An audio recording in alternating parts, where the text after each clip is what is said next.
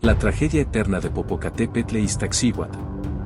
Esta es la historia de Popocatépetl e Iztaccíhuatl, una leyenda de amor, traición y eternidad. Iztaccíhuatl era la princesa más hermosa de la nobleza tlaxcalteca, conocida no solo por su belleza, sino por su corazón puro y bondadoso.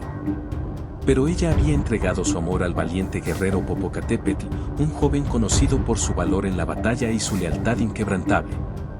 Antes de partir a la guerra contra los aztecas, Popocatépetl pidió al cacique la mano de la princesa.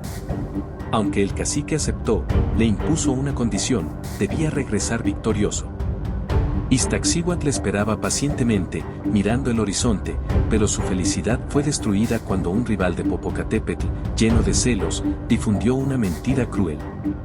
Le dijo a la princesa que su amado había muerto en combate. Cuando Popocatépetl regresó victorioso, su corazón se rompió al saber del destino de su amada. Durante días, lloró su pérdida, negándose a aceptar la cruel realidad. Finalmente, decidió honrar su amor eterno. Mandó construir una gran montaña, hecha de los cerros más altos, donde descansaría el cuerpo de Iztaccíhuatl. El guerrero, incapaz de separarse de ella, se arrodilló junto a la montaña, y así permanecieron, dos figuras inmóviles, desafiando al tiempo.